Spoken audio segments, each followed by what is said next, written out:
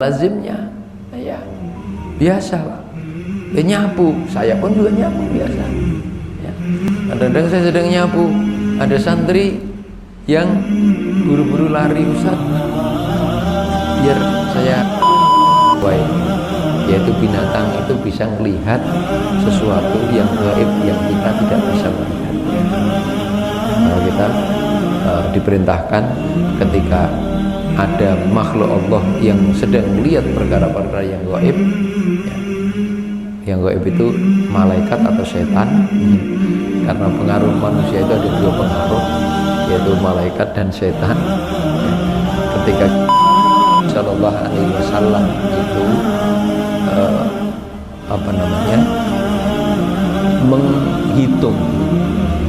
menghitung bacaan tasbih itu dengan tangan kanannya, bukan tangan kiri ya. Yamin tangan kanan ya.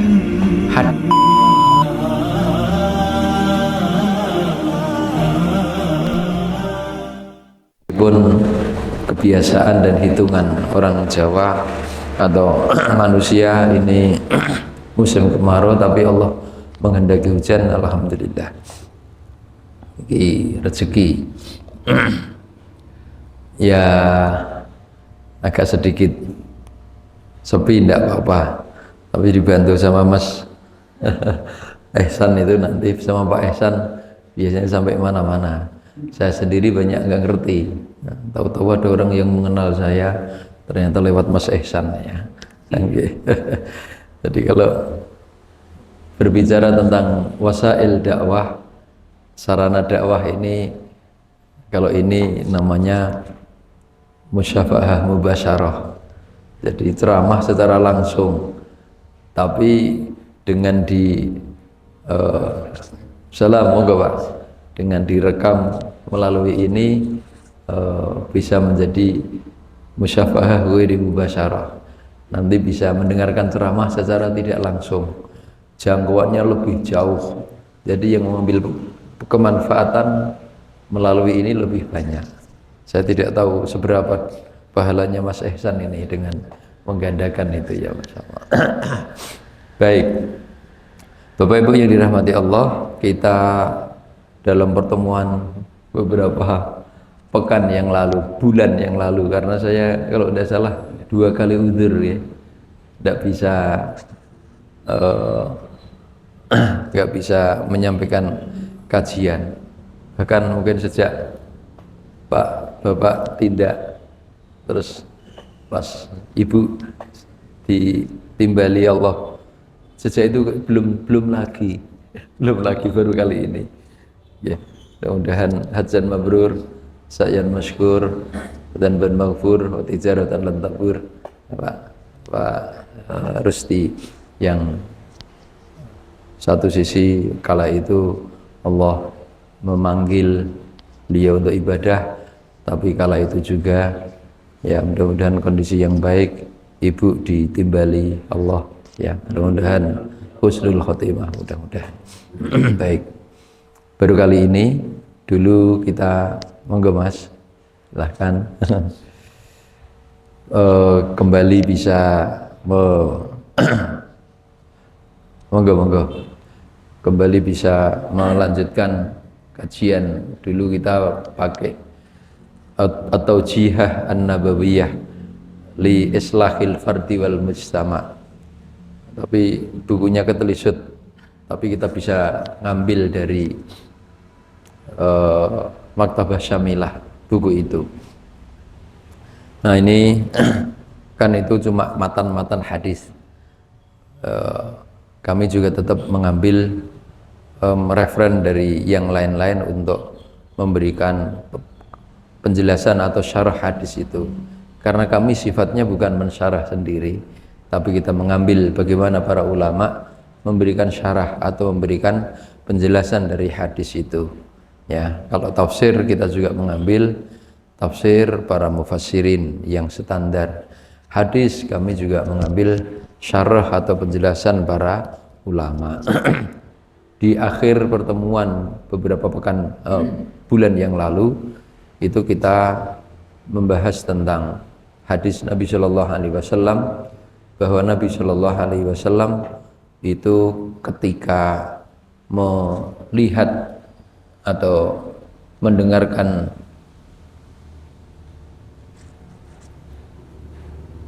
ayam jantan berkokok, Rasulullah itu berdiri.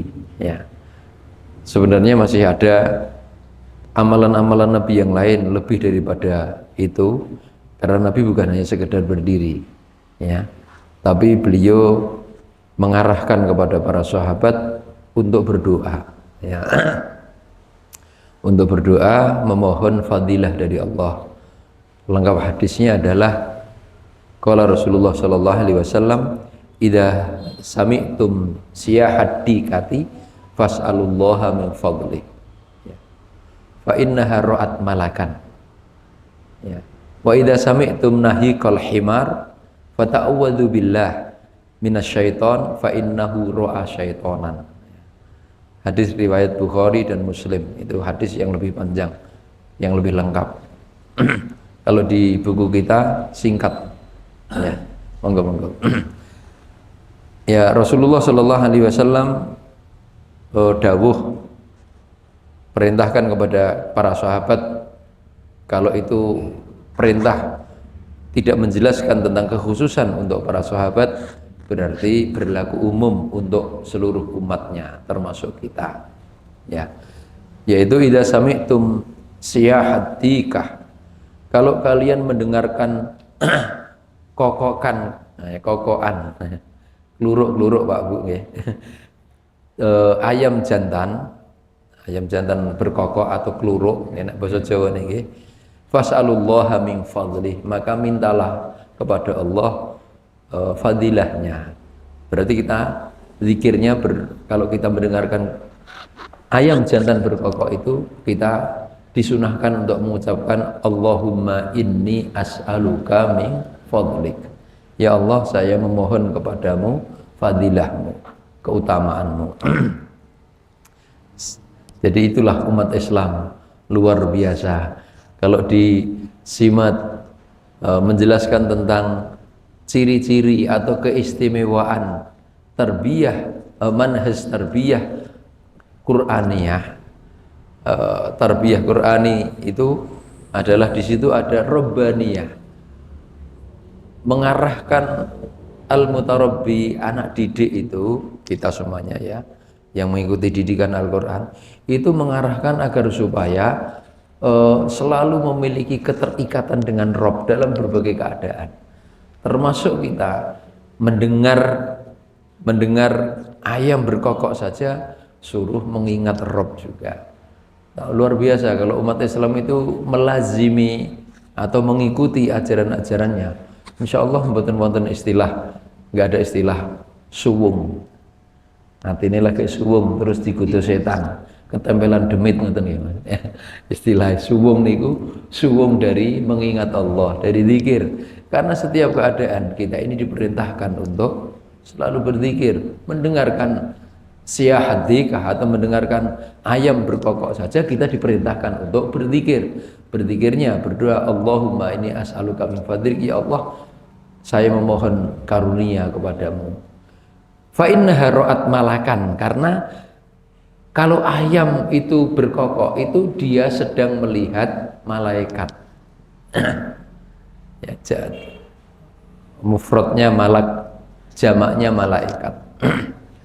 Wa idza sami'tum nahiqal himar, sebaliknya, kalau kalian mendengarkan ringkian, rintihan atau ringkian himar, keledai, enten Indonesia mboten kathah nggih. Entene kebun binatang. Keledai niku napa nek bahasa Indonesia? Jaran cilik. Nggih. Bentuknya kayak kuda. Wa idza sami'tum nahiqal himar, kalau kalian mendengarkan ringkikan kuda, berlaku kudanya atau tidak? Himar itu ya, kuda kecil. Fata'awwadzu billah minasyaiton fa innahu ra'a syaitonan. Maka mintalah perlindungan kepada Allah dari syaitan, karena himar itu sedang, kalau himar meringkik itu dia sedang melihat syaitan. Maka kita bertawud kepada Allah, a'udzubillahi minasyaitonir rajim. Ya, semuanya mengingatkan kepada Allah lagi. Ya. Ya, jadi kalau yang bersuara ayam jantan, kita supaya meminta fadilah. Kalau yang kita mendengarkan suara ringkikan kuda atau kuda kecil himar, kita diperintahkan untuk memohon perlindungan dari Allah. Semuanya mengkaitkan dengan Allah. Maka dari itu kapan sebenarnya orang mukmin itu sampai kosong?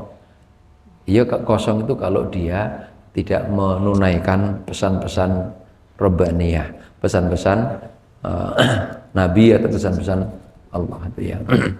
Jadi inilah tindakan Nabi ketika apa yang dilakukan oleh Nabi ketika mendengar ringkikan atau itu mendengar kokokan ayam.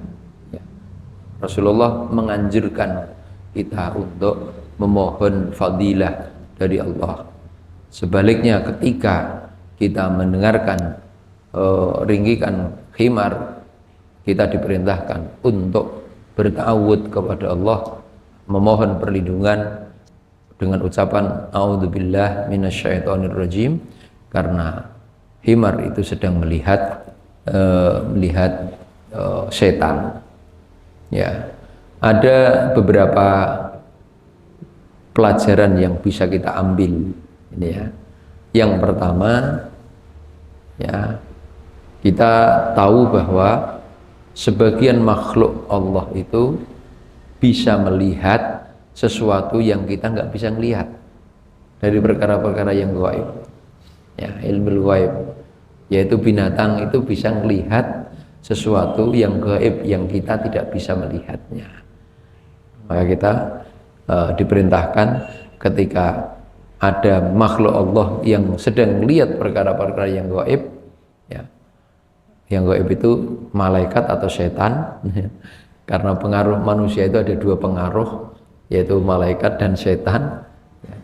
Ketika kita melihat binatang yang sedang melihat malaikat, kita diperintahkan untuk meminta fadilah dari Allah. Ketika kita melihat binatang yang oleh Allah diberi kemampuan melihat setan, ya, kita diperintahkan untuk memohon perlindungan dari setan kepada Allah. Ya. Yang kedua, pelajaran yang kedua, bahwa suara yang kita dengar, ya, itu bisa jadi merupakan isyarat yang apa? Isyarat yang mendorong kita untuk mendekat kepada Allah. Cara mendekatnya itu baik dengan doa meminta, ya, maupun cara mendekatnya dengan cara meminta perlindungan, meminta fadilah maupun meminta perlindungan. Ya. Ini hadis yang kemarin di akhir kita baca di pertemuan yang lalu. Saya belum cukup memberikan penjelasan karena itu di hadis akhir.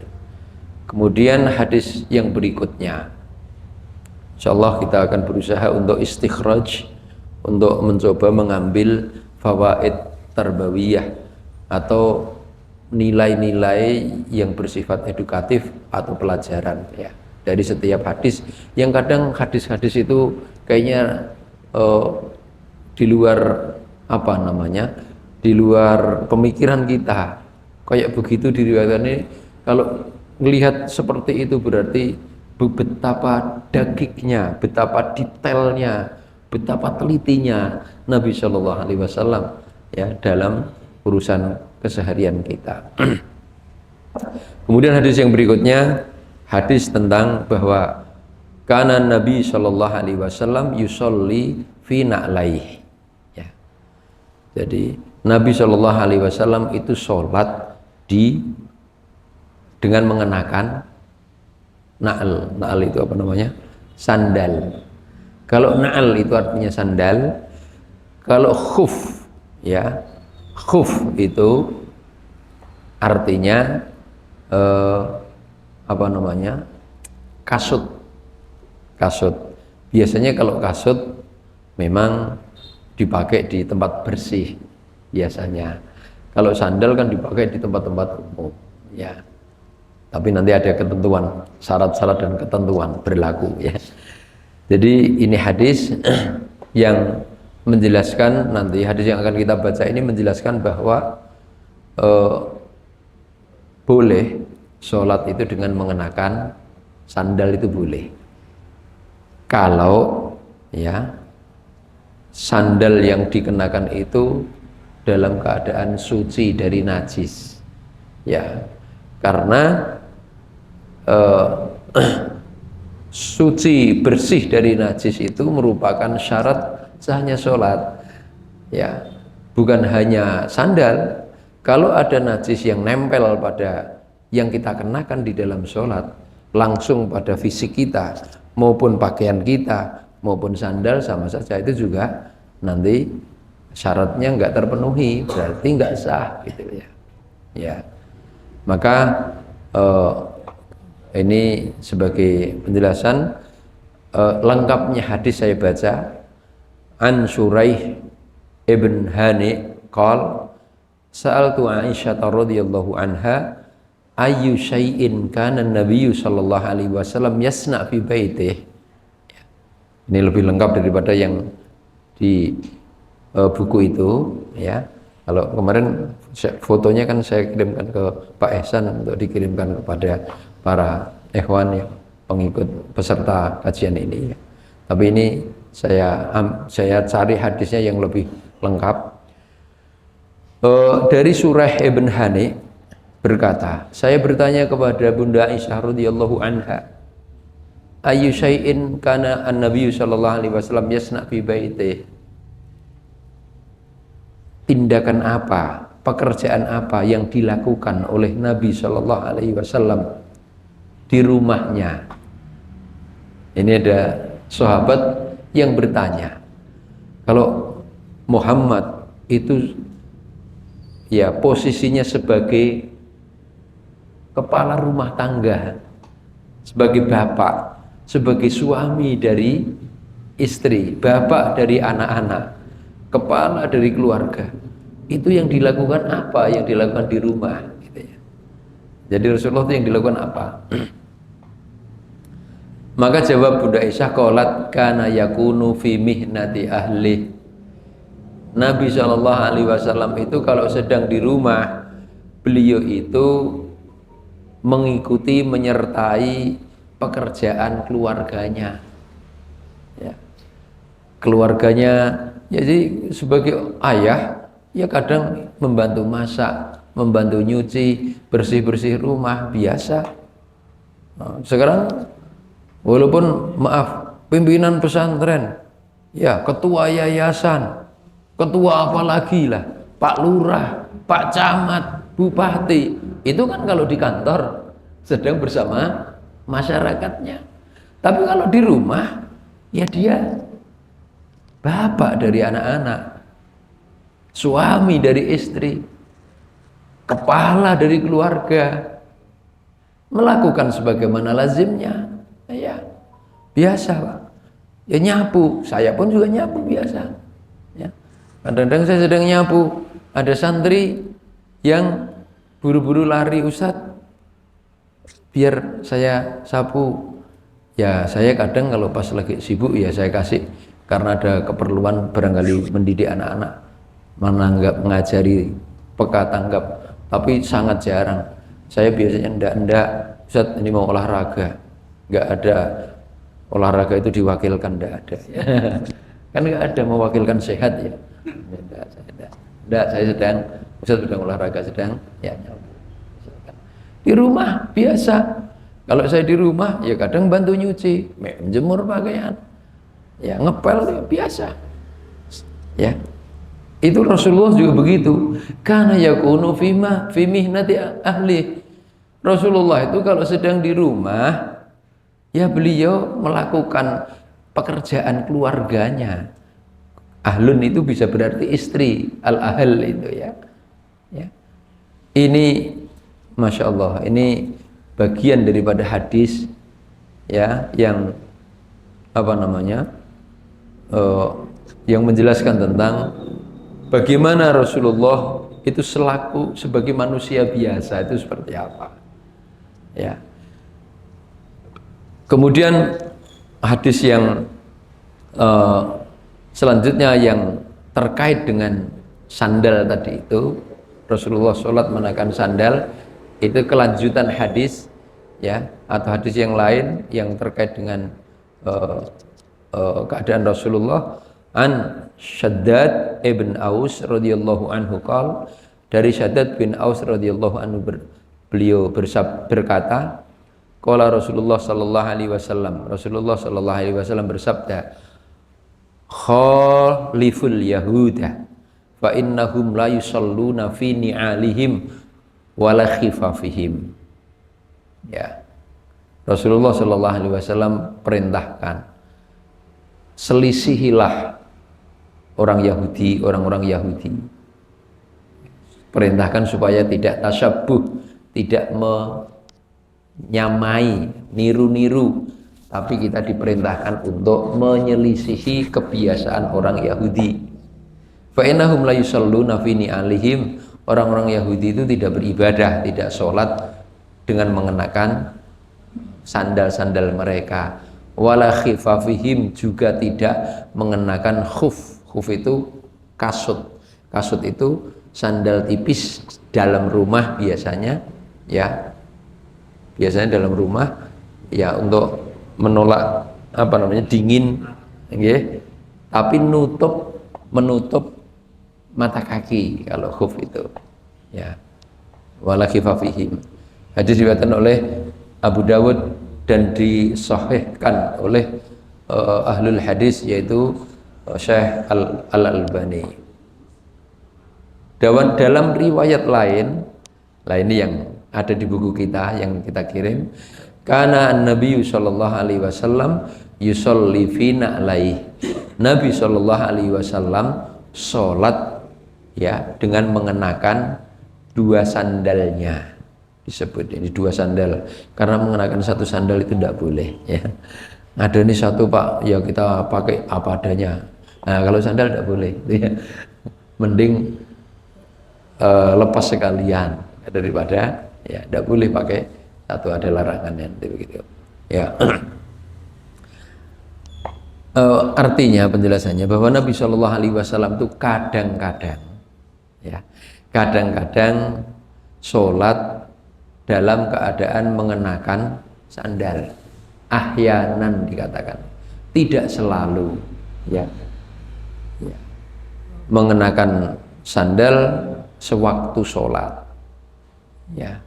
Ini kalau ahli fikih mengistimbatkan atau mengambil kesimpulan hukum bahwa jawazus sholat fin ni'al madamat tohirotan, boleh sholat dengan mengenakan alas kaki atau sandal selama sandal itu tohiroh, selama sandal itu suci. Ini syarat, karena aslinya bukan hanya sandal, seluruh yang kita kenakan waktu sholat harus dalam keadaan suci, ya. Kemudian pasti ada hikmah, urusan kayak gini saja kok diceritakan, diriwayatkan. Keadaan Nabi di dalam rumah, ya, keadaan Nabi sholat mengenakan sandal. Kan yang namanya hadis itu kan ma'udhifa ila Nabi sallallahu alaihi wasallam min qaulin au fi'lin au takririn. Yang namanya hadis itu adalah segala sesuatu yang dikaitkan, yang disandarkan kepada Nabi sallallahu alaihi wasallam, yang berupa ucapan, tindakan, dan juga persetujuan Nabi, ya.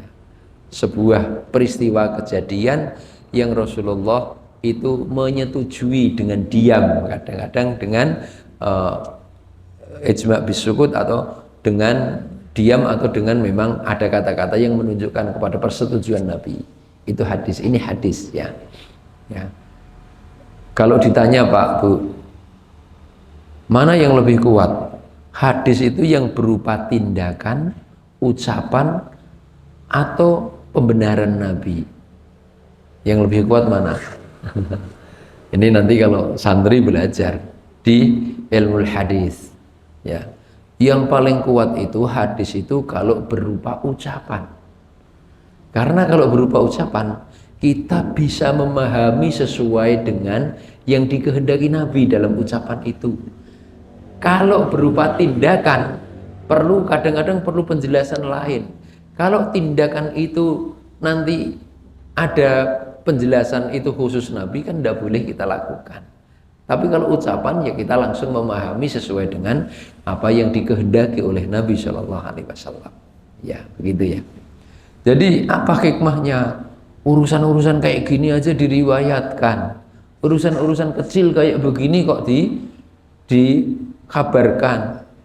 Ya, ada hikmah yang bisa kita ambil. Pertama, bahwa mukhalafatul Yahud, ya, pertama kita memang diperintahkan untuk menyelisihi orang Yahudi, li'anahum kanu yakhla'una ni'alahum fissalah. Orang Yahudi itu selalunya melepas alas kakinya pada waktu ibadah. Kalau orang Nasrani enggak, Kristen enggak, maka enggak ada istilah kelangan sandal naik gereja, naik masjid akeh. Margo sandale ya dinggo ya. Kenapa orang-orang di gereja tidak pernah kehilangan sandal? Dipakai ya, dirampok nanti akhirnya. Jadi begitu. Kemudian yang kedua, ada hikmah yang kedua, at-taisir 'alal ummah. Ada hikmahnya, tujuan lain. Rasulullah itu ingin memudahkan umatnya dalam urusan ibadah, khususnya adalah di tempat-tempat yang terbuka, ya, atau di saat kita memang kondisinya menghajatkan mengenakan pakaian, mengenakan alas kaki maksud saya. Nah, misal ngapunten, gini adem banget, tempatnya dingin, ya, kita boleh pakai alas kaki, kaos kaki boleh selama suci, pakai sandal juga boleh. Nek sing nom-nom iki ra iso ngrasake. Nek sing sepuh ya. Nek sing nom kan urung tahu sepuh. Nek sing sepuh tau nom. Ya. Sing sepuh iki ngrasake bae. Kula niku nggih urung tuwa. Tapi ya wis ada perubahan-perubahan. Ya. Ternyata nek si sepuh niku nek ngidak keramik adem iki ya terus jimbe-jimbe yang kentol-kentol yang jimbe ya. Nah, ini ada kemurahan. Jadi nek ya, nek mriki enten karpete penak ya. Terus ada mboten enten karpete, Pak. Jadi saben dina dipel karena ya memang tidak ada enggak pakai karpet. Yang mau pakai karpet bawa sendiri. Kalau mau iktikaf lama-lama di masjid, bawa sajadah, mojok silahkan ya. Mojok iktikaf ora mojok dolanan HP game betul ya. Kemudian yang hikmah yang ketiga tentang urusan dianggap urusan kecil kok diriwayatno, itu menunjukkan tentang al-murunah bi ahkamis syariah, fahiya laisat mutakallifah, luwes ya, keluasan tentang hukum-hukum syariat itu begitu luwesnya ya, tidak membebani. Kan ada kalanya kita memang menghajatkan itu ya, tapi nanti ada syarat, ada asyartul asasi, ada syarat pokok yang harus diperhatikan ketika kita itu sholat dalam keadaan mengenakan sandal itu. Pertama, jelas tadi sudah terungkap tadi, tersinggung tadi bahwa antakunan ni'al tohirotan, syaratnya sandalnya mesti suci, jelas ya. Yang kedua ya, kalau sampai ini ada catatan-catatan ya, ini catatan-catatan, kalau sandalnya dalam keadaan ya mutanajjisah, ada najisnya, maka enggak sholat sahnya ya, dipastikan sandalnya bersih. Nah, di zaman Nabi dulu masjidnya pasir ya, bukan keramik, bukan Maka ketika ada orang Badui kencing di dalam masjid, masjidnya mboten karpet ngeten niki. Nek masjidnya karpet ngeten niki, cara mensucikan enggak seperti yang diperintahkan oleh Nabi. Tapi bagaimana mensucikan, membersihkan kumas atau kain, ya. Tapi kalau dulu kan pasir, tanah, maka ketika orang Yahudi itu, orang Badui itu kencing di dalam masjid, itu cara membersihkannya disiram, najisnya terserap, ya. Niku kuwi delok-delok, nek lemah kelet, ya kuwi orang yang bisa suci. Kalau pasir ya langsung nyerap, ya. Kemutan ingat ada orang Yahudi, Yahudi terus, Yahudi tertuduh baik. Orang Badui kencing di masjid, para sahabat marah emosi, mau mukuli semua. Tapi Rasulullah malah seakan mengalahkan sahabat. Dauh tok nawai tok no coba gebuki. Terus sahabat disuruh mengambil, ya. Itu sikap Nabi itu juga ada hikmahnya luar biasa juga. Ada hikmahnya luar biasa. Hikmahnya apa? Si Badui tadi masuk Islam dan berdoa langsung angkat tangan. Ya Allah, Allahummarhamni wa Muhammad wa la tarham ghairana, gitu doanya. Ya Allah, kasih sayangilah saya dan Muhammad ini. Jangan kau kasih sayangi selain kami berdua yang galak-galak itu, jangan. Gitu ya. Doanya itu. Jadi ternyata Rasulullah bertindak itu ada hikmah-hikmah semuanya, ya. Ya, Masya Allah. Maka dari itu, ini kalau sandalnya bernajis nggak boleh. Ya. Jadi ada hadis yang menguatkan, dalam hadis dikatakan oleh Abu Dawud, idza jaa ahadukum ilal masjid falyangdur. Ya. Kalau salah seorang di antara kalian mendatangi masjid, maka hendaknya dia memeriksa. Fa in ra'a fi na'laihi adza. Ya. Kalau di dalam sandalnya, dua sandalnya itu terdapat ada kotoran, ya, atau sesuatu yang mengganggu, au qadhiran, atau kotoran, fal yamsahhu, maka hendaknya mengusap kotoran itu. Fal yusalli fihima, hendaknya dia sholat di atas kedua sandalnya itu. Ya, ini sandal. Beda dengan khuf, jadi dibersihkan. Ya. Ayak fi an yamsah an-na'al li izalatin najasah. Cukup kita ini membersihkan, ya, kotorannya, dan tetap bisa dipakai sandalnya pada waktu sholat setelah dibersihkan. Ini juga menunjukkan tentang betapa lapangnya syariat Islam ini, ya. Jadi itu. Tapi di sini ada catatan, ya. Ya. Jadi hadzal hukum ini khusus untuk tempat-tempat yang tidak dikhawatirkan itu mengotori masjid. Contohnya di tanah atau di pasir, ya. Nanti kalau di sini terus sandal jobo yang tinggu, ya ini ganggu, atau bahkan ganggu yang lainnya juga, ya. Atau jenengan sedang musafir atau sedang camping, tidak apa-apa pakai sepatu, tidak apa-apa, asal ketika mengenakan dalam keadaan sudah berwudu suci, diusap, tidak apa-apa, ya. Kemudian kalau sekarang di zaman kita sekarang, ya, maka lebih dianjurkan untuk khal'un ni'al, ya, untuk melepas sandal di masjid-masjid yang al-mafrusyah, yang di sini ada karpetnya. Mungkin terus asal terus tetap, ya, mengganggu pemandangan juga. Untuk apa? Untuk menjaga kesucian, ya. Tapi kalau dengan mengersakake sholat dalam dewi gak apa-apa, Ya, Masya Allah. Ini tentang hadis Nabi. Luar biasa ya, tentang kebiasaan Nabi, ternyata ada hikmah-hikmah tertentu.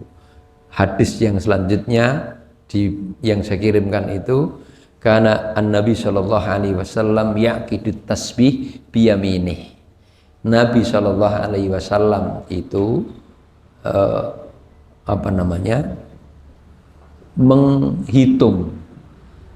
menghitung bacaan tasbih itu dengan tangan kanannya, bukan tangan kiri. Nah, ini yamin, tangan kanan. Ya, hadis lengkapnya adalah an Abdullah ibni Amru al-As radhiyallahu anhu maqal, dari Abdullah bin Amr bin al-As, mudah-mudahan Allah meridai keduanya adalah sahabi jalil. Ra'aitun Nabi sallallahu alaihi wasallam yaqitu at-tasbiha biyaminih. Saya menyaksikan, lihat Nabi sallallahu alaihi wasallam itu menghitung tasbih ya dengan yaminih, dengan tangan kanannya. Ya, diriwayatkan oleh Abu Dawud dan disahihkan juga oleh Albani ya. Oleh Syekh Nasiruddin Al-Albani. Ya. Artinya yaqidu tasbih itu artinya adalah menghitung tasbih dengan jarinya. Dulu pernah saya sampaikan ya. Jangan jari kanan. Ini kira jenengan ngitung sekali, ini pas jumlahnya.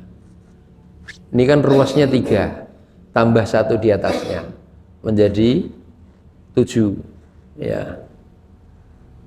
7 kali 4 28. 28 ya. Sebentar. Betul ya? 28 7 kali 4 28 betul. Terus ditambah 5. Berapa? 33. Ini kan 5. Ini 2 ruas dikasih atasnya. Subhanallah, subhanallah, subhanallah, subhanallah, subhanallah, subhanallah, subhanallah, subhanallah, subhanallah, subhanallah. Nanti pas 33 nih. Penak. Nggih. Nita ini niku. Lho kalau pakai sabhah. Ngenten mboten niki. Sabhah. Sabhah niku butir biji-biji tasbih. Boleh tidak? Pertanyaan boleh tidak? Boleh. Boleh aja. Tapi mana yang lebih afdal? Nanti di sini ada ditarjih, ada dijelaskan nanti ya. Jadi Rasulullah di dalam riwayat menggunakan tangan kanannya. Fakulu tasbihatin yuqabiluha aqd ya. Jadi pakai tangan digerakkan. Subhanallah, subhanallah, subhanallah. Ya. Alhamdulillah. Jadi ini cukup. Jadi mboten kanan kiri, mboten tambah sikil. Bukan kanan kiri, tapi kanan saja. Cukup. Ya. Kemudian yang kedua, ini Rasulullah menggunakan tangan kanan, ingat yang perlu digarisbawahi. Tangan yang digunakan kanan, jari-jari tangan kanan, bukan tangan kiri. Ya.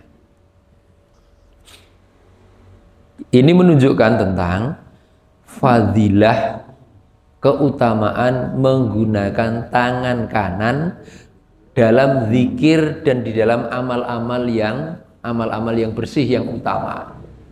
Ya. Jadi disarankan dianjurkan tidak menggunakan zikir atau berzikir ini dengan tangan kiri, tidak. Ya. Atau menggunakan tangan kiri ini dalam urusan ibadah. Ini kan makhluk Allah juga Ustaz. Penggunaannya beda-beda. Kalau ini untuk hajah, qadha'il hajah, atau untuk cebok. Kalau untuk cebok pakai tangan kiri. Alhamdulillah yang punya kalih asto 2 tangan ya. Itu bisa itu ya. Ini sampun Pak, panggih Pak. Panggil ruasnya sami ya di praktek nggih. Jadi sepindah pun mboten usah bolak-balik. Nak suju-suju malah kesuwen. Lali barang kadang. Ini mboten lali nek. Ya. Nabi nyontoni makaten. Ya. Kenapa? Ya. Kenapa tasbih atau menghitung zikir tasbih, tahmid, ya, dan takbir itu diafdolkan, itu lebih afdol menggunakan tangan, bukan menggunakan sabhah. Sabhah itu biji tasbih niku. Ada pertanyaan juga, karena nanti jari-jari kita itu nanti di hari kiamat akan dijadikan saksi oleh Allah dan disuruh bicara, al yauma nakhtimu ala afwahihim wa tukallimuna aydihim wa tashhadu arjuluhum. Ini nanti akan menjadi saksi semuanya. Ya. Kau gunakan apa? Jari-jarimu kau, ya, misalkan. Nanti akan menjadi saksi, ya Allah, saya dulu dipergunakan untuk banyak mengingatmu, untuk bertasbih, untuk bertakbir, untuk bertahlil, untuk bertahmid, ya, misalkan. Ya, jadi ini akan ada di antara jawabannya karena dari gimana? Ya, maka Rasulullah niku dawuhi, ya, perintahkan, qudanna bil anamil fa innahunna mas'ulatun mustantiqatun. Hadis riwayat Tirmidzi, Abu Dawud, dan disahihkan oleh Nasiruddin Al-Albani. Qudanna, ngitunglah zikir itu dengan anamil. Anamil itu asabi, dengan jari-jarimu. Ya. Sesungguhnya jari-jarimu itu nanti akan ditanya oleh Allah. Mustantiqat, akan dimampukan untuk berbicara nanti di hari kiamat. Ini, jadi nanti akan bicara, ini menyaksikan kita, Bapak Ibu. Ya. Jadi setentik nanti, Masya Allah. Ada pesan-pesan atau pelajaran yang penting yang kita ambil dari hadis pendek ini. Pertama, kita bisa meneladani Nabi Shallallahu Alaihi Wasallam dalam cara berzikir menggunakan jari-jari, memanfaatkan jari-jari. Yang kedua adalah mengajari atau mentarbiyah, mendidik, ya, untuk menggunakan anggota tubuh yang kanan dalam urusan-urusan yang sifatnya syar'i. Ya. Kalau mengenakan jam Ustadz, boleh ndak kanan kiri? Ya. Kanan atau kiri? Kalau itu kiri juga boleh. Ya. Nanti. Kemudian yang ketiga, ihya'us sunnah. Ya. Bitarkil i'timad ad-daim ala sabhah, yaitu anjuran untuk menghidupkan sunnah dengan cara, ya, dengan cara meninggalkan kita itu ketergantungan dengan sabhah, dengan biji tasbih. Ya. Maka kalau berbicara soal afdal, kita meyakini menggunakan asabi itu afdal. Berbicara soal boleh saja tasbih itu, ya, menggunakan itu. Demikian kajian kita, ya, mencoba mencermati, refleksi hikmah dari sunnah-sunnah yang kadang dianggap sepele tetapi ternyata punya hikmah yang sangat azim, yang sangat besar, karena pasti apa yang disampaikan oleh Rasulullah itu tidak mungkin kosong daripada hikmah. Mudah-mudahan kita bisa semakin dekat kepada Allah, semakin bisa memanfaatkan setiap apa yang diamanahkan oleh Allah kepada kita untuk membantu zikir kita kepadanya subhanahu wa ta'ala. Aqulu qouli hadza astaghfirullah li wa lakum wa lakum minkum. Assalamualaikum warahmatullahi wabarakatuh.